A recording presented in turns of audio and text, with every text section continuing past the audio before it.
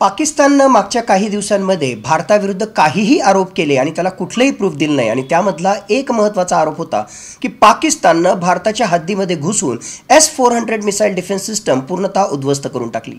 प्रधानमंत्री नरेंद्र मोदी आदमपूर एअरबेसला येत असतील आणि त्या ठिकाणी जवानांना जोरदार जोशपूर्ण त्यांच्यासमोर भाषण करत असतील आणि त्यांच्या बॅकग्राऊंडमध्ये जर S-400 मिसाईल डिफेन्स सिस्टम त्याचबरोबर MiG-29 सारखी लढाऊ विमानं जर दिमाखानं उभा असतील आणि त्यातल्या त्यात सोबतीला जर त्रिशूळ असेल तर हा सरळ सरळ संदेश आहे की आमची मिसाईल डिफेन्स सिस्टम मजबूत आहे। MiG-29 सारखी लढाऊ विमानं तुमच्या हद्दीमध्ये घुसून तुमचा नायनाट करण्यासाठी सज्ज आहेत आणि त्रिशूलच्या माध्यमातून जर शंकरानं तिसरा डोळा उघडला तर कशा प्रकारे प्रलय येऊ शकतो अशाच प्रकारचा सरळ सरळ मेसेज पाकिस्तानला, पाकिस्तानच्या लष्कराला, वेगवेगळ्या प्रकारच्या दहशतवादी संघटनांना आणि त्यांच्या आकांना या सगळ्या ऑप्टिक्समधून, या सगळ्या बॅकग्राऊंडमधून स्पष्टपणे प्रधानमंत्री नरेंद्र मोदींनी दिलेला आहे। सर, ट्रम्प यांनी पुन्हा कालही मोदींनी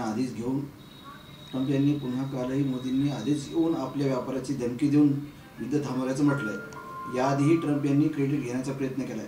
भारत पाकिस्तान या दोन राष्ट्रात किंवा दोन देशात ट्रम्प यांना काय साध्य करायचंय? ट्रम्प यांचा एकूणच कार्यकाल पाहता चमकोगिरी करण्यात आणि क्रेडिट घेण्यामध्ये ते नंबर 1 असतात।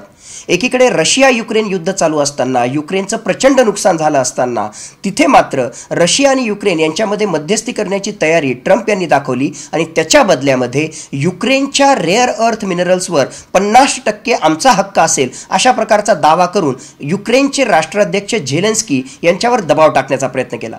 दुसऱ्या बाजूला इस्रायल आणि हमास यांचं युद्ध त्या ठिकाणी झालं असताना हमासमधली गाझापट्टी, पॅलेस्टाईनमधली गाझापट्टी ही पूर्णतः उद्ध्वस्त झाली असताना तिथे सुद्धा अमेरिकेने एक प्रकारे कब्जा करावा आणि भविष्यातलं एक टुरिस्ट प्लेस बनवावं अशा प्रकारचा दावा त्या ठिकाणी केला।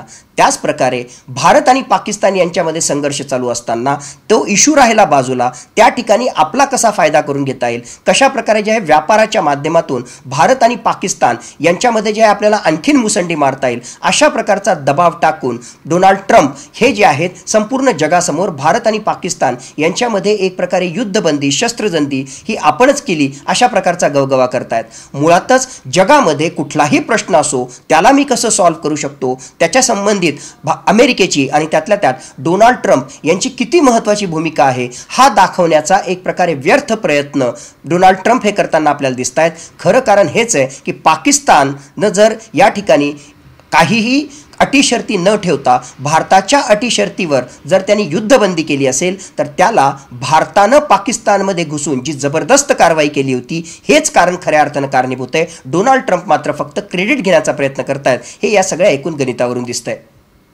सर, पाकिस्ताननं आदमपूर एअरबेसवरून खोटा प्रचार केला होता, पण मोदींनी आज एअरबेसला जाऊन पाकिस्तानला चपराक लगावली आहे।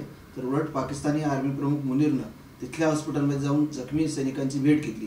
या भेटीमधून अंतर साफ दिसतंय की पाकिस्तानला मोठी जखम भारताने दिली। तुम्ही कसं बघता त्याच्या? 3 ते 4 दिवसाच्या या सगळ्या भारत पाकिस्तान संघर्षामध्ये पाकिस्ताननं वेगवेगळ्या प्रकारचे दावे केले होते की पाकिस्ताननं भारताच्या हद्दीमध्ये घुसून वेगवेगळ्या प्रकारचे एअरफोर्स स्टेशन उद्ध्वस्त केले, ज्यामध्ये आदमपूर एअरबेसचा सुद्धा समावेश आहे आणि तिथे असणाऱ्या S-400 मिसाईल डिफेन्स सिस्टमला आम्ही उद्ध्वस्त केलं अशा प्रकारचा अपप्रचार पाकिस्ताननं जोरदारपणे केला होता। दुसऱ्याच दिवशी जर प्रधानमंत्री नरेंद्र मोदी आदमपूर एअरबेसवर येत असतील, तिथे S-400 मिसाईल डिफेन्स सिस्टम त्याचबरोबर लढाऊ विमानं जर बॅकग्राऊंडला असतील आणि जोरदार युद्धघोषांच्या गर्जनेमध्ये त्याचबरोबर हाय जोशच्या वातावरणामध्ये जर अशा प्रकारचं भाषण देत असतील तर त्यातून पाकिस्तानला आणि जगाला स्पष्टपणे संदेश मिळालेला आहे की आदमपूर एअरबेसला एक क्षतीसुद्धा त्या ठिकाणी पोहोचली नाही, एक खरोच पण त्या ठिकाणी आलेली नाही आणि तिथला जोश पाहता, तिथलं एकूणच वातावरण पाहता पाकिस्तानवर किती जबरदस्त प्रहार भारतानं केला याचं ते द्योतक होतं।